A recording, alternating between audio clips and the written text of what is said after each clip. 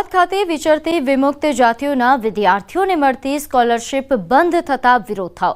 Diploma engineering college association દ્વારા રજૂઆત કરાઈ। વિચરતી વિમુક્ત જાતિના ખાનગી કોલેજના વિદ્યાર્થીઓની સહાયમાં ફેરફાર કરાતા નારાજગી। વિદ્યાર્થીઓને અંદાજિત 50,000 રૂપિયા સ્કોલરશીપ અપાતી હતી। સ્કોલરશીપ બંધ થતા 10,000થી વધુ વિદ્યાર્થીઓને નુકસાન થશે। ડિપ્લોમાના વિદ્યાર્થીઓને કેન્દ્ર સરકારની પીએમ યશસ્વી યોજના હેઠળ હવે 6,000 રૂપિયા જ સ્કોલરશીપ મળશે। એસોસિએશન દ્વારા સરકારનો નિર્ણય પરત લેવા માટે પણ માંગ કરાઈ છે। બીસી કે 325ની જે યોજના હતી, આ યોજનામાં વિદ્યાર્થીઓને 50,000 જેટલી સ્કોલરશીપ મળતી હતી અને પીએમ યશસ્વી યોજના છે એમાં વિદ્યાર્થીઓને 6,000 થી 8,000 રૂપિયા જેટલી સ્કોલરશીપ મળશે। તો આ વિદ્યાર્થીઓ બાકીની ફી ક્યાંથી ભરશે? 8,000 થી 10,000 વિદ્યાર્થીઓ વિચરતી વિમુક્ત જાતિના પ્રવેશ મેળવતા હોય છે। જમ્મુ કાશ્મીરના મુખ્યમંત્રી ઉમર અબ્દુલ્લા ગુજરાત પ્રવાસે છે। સ્ટેચ્યુ ઓફ યુનિટીની મુલાકાતે પહોંચ્યા ઉમર અબ્દુલ્લા। એકતાનગર હેલિપેડ ખાતે ઉમર અબ્દુલ્લાનું સ્વાગત કરાયું। હેલિકોપ્ટર દ્વારા સ્ટેચ્યુ ઓફ યુનિટીનો આકાશી નજારો પણ તેમણે જોયો। નર્મદા ડેમની મુલાકાત પણ તેઓ કરશે। 2008માં મહારાષ્ટ્ર અને માલેગાંવ ખાતે બ્લાસ્ટ ઘટનાના મામલે 17 વર્ષ બાદ ચુકાદો આવ્યો છે। એનઆઈએ કોર્ટે મહારાષ્ટ્રના માલેગાંવ બ્લાસ્ટ કેસમાં સાધ્વી પ્રજ્ઞા ઠાકુર સહિત તમામ 7 આરોપીઓને નિર્દોષ જાહેર કર્યા છે। ત્યારે સુરતમાં રહેતા સાધ્વી પ્રજ્ઞા ઠાકુરના પરિવારે આ ચુકાદાને આવકાર્યો છે। સુરતમાં રહેતા બેન અને બનેવીએ પ્રતિક્રિયા આપી અને જણાવ્યું કે 17 વર્ષ બાદ સત્યની જીત થઈ છે।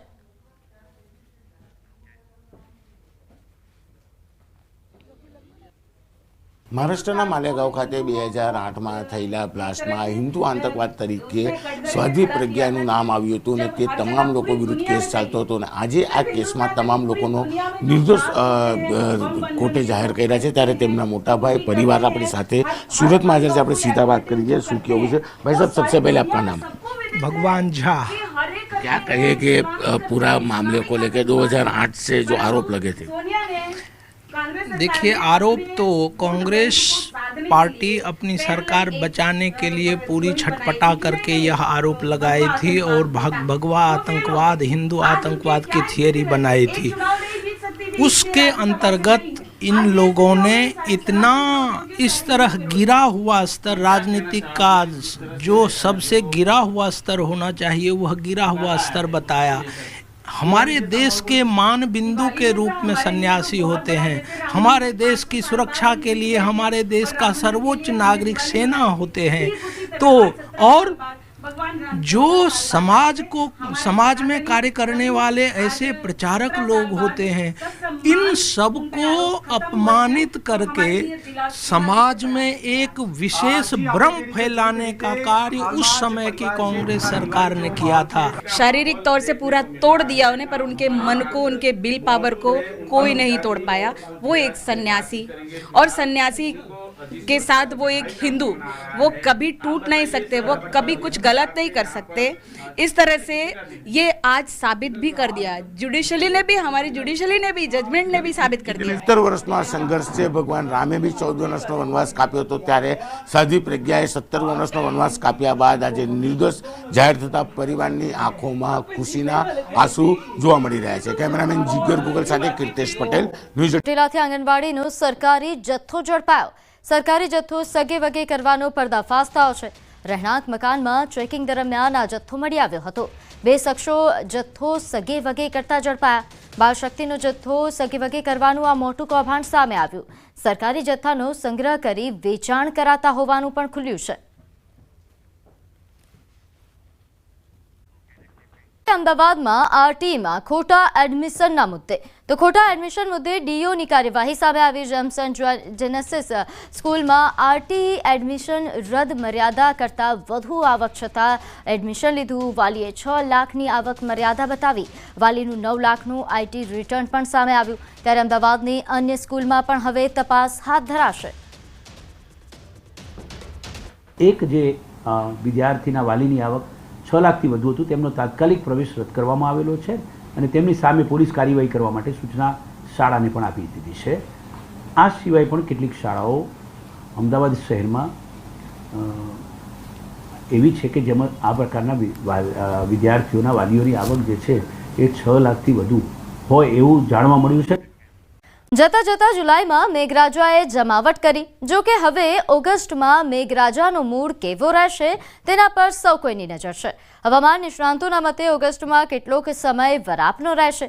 હવામાન નિષ્ણાંત પરેશ ગોસ્વામીના મતે ઓગસ્ટમાં વરસાદ લાંબો વિરામ લઈ શકે છે, જેમાં 2 થી 15 ઓગસ્ટ સુધી વરસાદ વિરામ લઈ શકે. તો હવામાન વિભાગના મતે હાલ 7 દિવસ સામાન્યથી મધ્યમ વરસાદ પડી શકે છે, એટલે કે હાલ ભારે વરસાદની શક્યતા નથી. તો આગાહીકાર અંબાલાલના મતે 23 ઓગસ્ટ પછી જ્યાં પર્વતાકારનો મેપ ચડે ત્યાં પડે તેવા પ્રકારની આગાહી છે. 3 સપ્ટેમ્બરની આસપાસ ભારે વરસાદ પડશે. 2 ઓગસ્ટથી લઈ અને 15 ઓગસ્ટ સુધીનું એક વચ્ચે વરસાદનો વિરામ જોવા મળે તેવી પણ શક્યતાઓ છે. अभी एक मानसून ट्रफ है जो श्रीगंगानगर से पास हो रही है. इस ट्रफ को ध्यान में रखते हुए लाइट टू मॉडरेट रेन का पूर्वानुमान है आने वाले 7 दिनों के लिए. हालમાં પહેલી બીજી ત્રીજી ઓગસ્ટે રાજ્યના ભિન્ન ભિન્ન ભાગમાં વરસાદ ઝાપટા પડશે. 6 થી 10 ઓગસ્ટમાં વધુ વરસાદી ઝાપટા પડવાની શક્યતા રહેશે. 18થી લગભગ 20-22માં કેટલાક ભાગમાં ભારે વરસાદ ઝાપટા પડવાની શક્યતા રહેશે. જૂનાગઢના શેલબારા ગામે પોલીસ અને માછીમારો વચ્ચે ઘર્ષણ સર્જાયું. માછીમારી કરવા જતા બોટોને પોલીસ દ્વારા અટકાવતા મામલો બિચક્યો. પોલીસે જાહેરનામાની અમલવારી કરાવતા માછીમારો નારાજ થયા હતા. 3 બોટ સામે પોલીસે કાર્યવાહી કરી. માછીમારી કરવાની મનાઈ ફરમાવવા છતાં માછીમારો દરિયામાં જતા હતા. 15 ઓગસ્ટ સુધી અહીં માછીમારી ન કરવાનું જાહેરનામું બહાર પાડવામાં આવ્યું છે. માછીમારો અને પોલીસ વચ્ચે ઘર્ષણના દ્રશ્યો પણ સામે આવ્યા. કચ્છના જિલ્લા પંચાયતની સામાન્ય સભામાં હોબાળો થયો. ચાલુ સામાન્ય સભામાં કોંગ્રેસે હોબાળો કર્યો. જિલ્લામાં શિક્ષણની ઘટના મુદ્દે કોંગ્રેસના કાર્યકર્તા દ્વારા હોબાળો કરવામાં આવ્યો. જિલ્લામાં ઘણા સમયથી શિક્ષકની ઘટ છે, જેને પૂરી કરવા માટે સરકાર નિષ્ફળ ગયા હોવાના આક્ષેપ કરવામાં આવ્યા. શિક્ષક ક્યારે મળશે તેને લઈને હોબાળો કરવામાં આવ્યો. હોબાળો વધી જતા આખરે પોલીસને બોલાવવી પડી.